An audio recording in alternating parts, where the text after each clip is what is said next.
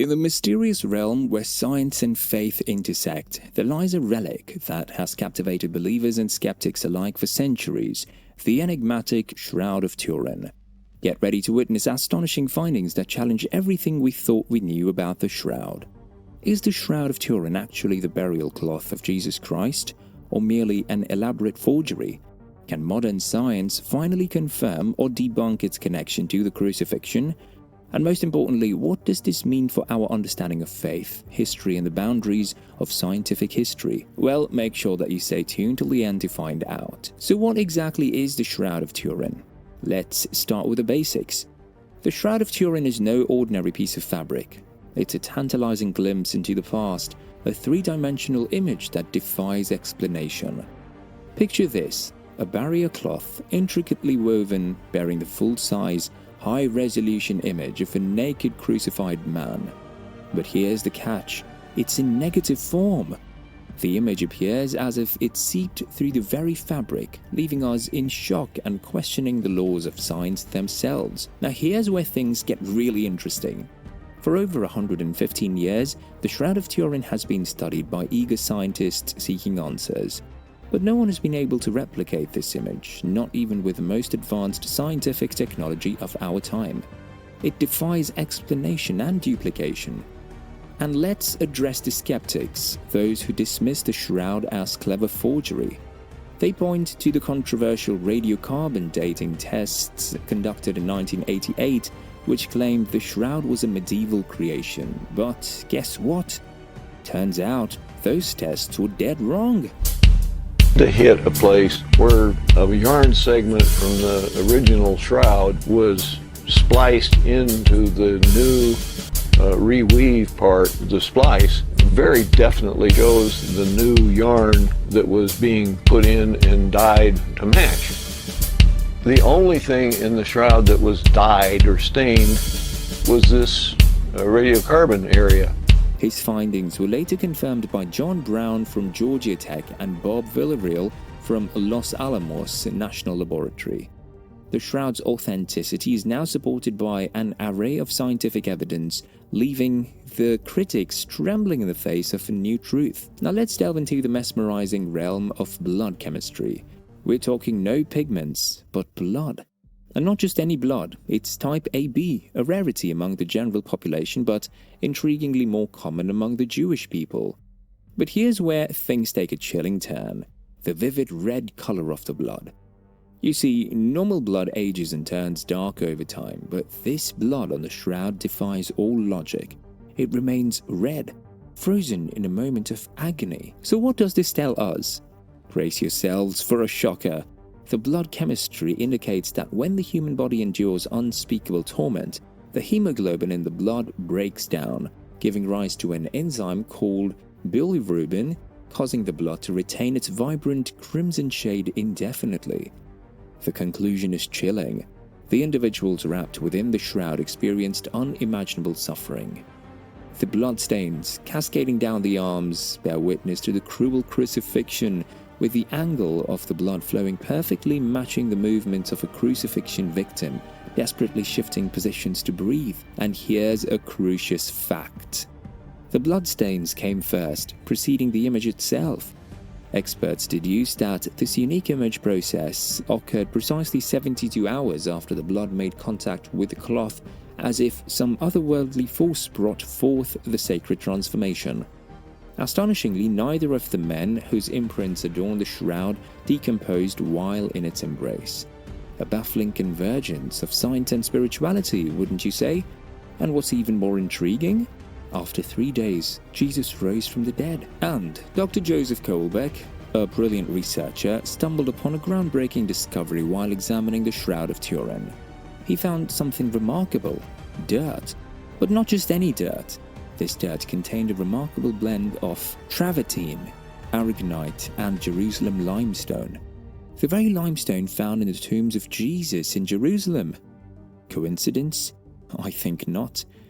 It was as if the very earth beneath Jesus' feet had left its mark on the Shroud. As the investigation continued, an astonishing array of 49 different types of pollen emerged from the fabric.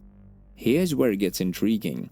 33 of these pollen types originated solely in Palestine, with 3 being exclusive to Jerusalem from March through April. Could one of these plants have been the infamous crown of thorns? Well, a possibility indeed. Now let's explore scientific technologies. Carbon-14 dating? Forget about it. A groundbreaking method called wide-angle X-ray scattering has emerged, placing the fabric within the time of Jesus Christ. More accurate, more reliable. But let's zoom in on the eyes of the man in the shroud, for they hold a curious secret. Physicists John Jackson and Eric Jumper suggest that faint traces over the eyes could be ancient coins used in Jewish burials during the 1st century.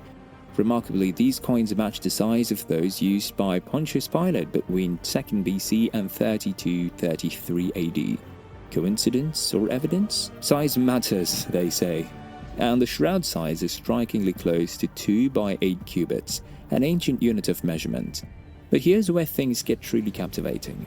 That 3-inch wide side strip on the shroud, sewn with a unique stitch known to be only used in Palestine during the 1st century. The very stitch that connects us to the past. But what about the crucifixion itself? Archaeological revelations challenge centuries of artistic depictions. Nails were driven through the wrists, not the palms.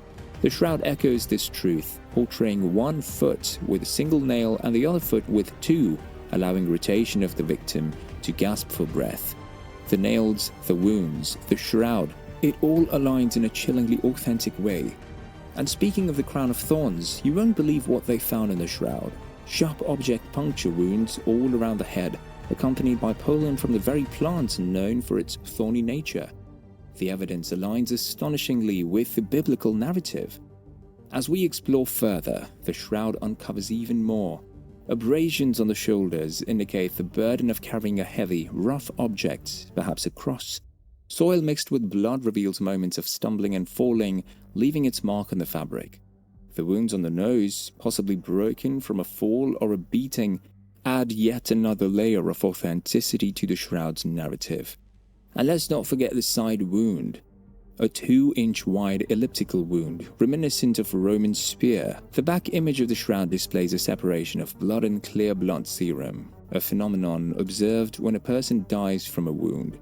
It's a chilling resemblance to the biblical account as written in John's Gospel.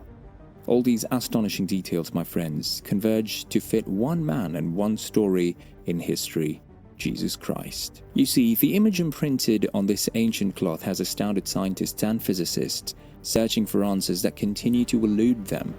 There is no clear explanation for how this remarkable image came to be, but brace yourselves for a mind-boggling theory. Several brilliant minds in the field of physics proposed that an intense burst of high-energy radiation created the coloration on the linen fabrics of the shroud. And get this, it would require more power than all the electrical energy generated on our entire planet combined. It's an electrifying revelation, to say the least. But wait, the plot thickens. Prepare yourself for a revelation that will send shockwaves through your very core. Recent research conducted by scientists in Paloma, Italy, has uncovered something truly extraordinary. The image on the shroud has been found to be moving. Yeah, you heard that right. The figure captured on the shroud seems to exhibit slight movements, similar to the one you see on the screen now, called stroboscopic photography. Imagine bursts of energy emanating from the man's body, causing the hands, feet and chest to shift ever so slightly. What does this mean? It means, my dear viewers, that the very resurrection of Jesus Christ may have been captured on the sacred fabric of the Shroud of Turin. Can you believe that? The resurrection of Jesus caught on this sacred fabric. But wait, there's more. The renowned Paris-based organization Kyret has made groundbreaking discoveries that will leave you in shock. Hidden within the fabric itself, they've uncovered writings that defy explanation. 3 distinct lines below and beside the chin reveal clear and precise inscriptions. So how did they decipher this enigma? By carefully dividing the shroud's official photographs into countless squares and analyzing their optical density using advanced visualization techniques. As they delved deeper, remarkable letters emerged, Latin and Greek characters. Astonishingly, the words Jesus is written beneath the chin, with Nazarene on one side. Can you believe it? It appears that condemned individuals had their names recorded on a cloth by the exterior mortis, the one responsible for ensuring their demise. Miraculously, the shroud remained unaffected by this process, leaving the imprint intact. Thus, the man depicted is unmistakably Jesus, our divine Savior. In my humble opinion, this evidence is nothing short of a divine message, a confirmation from God Himself.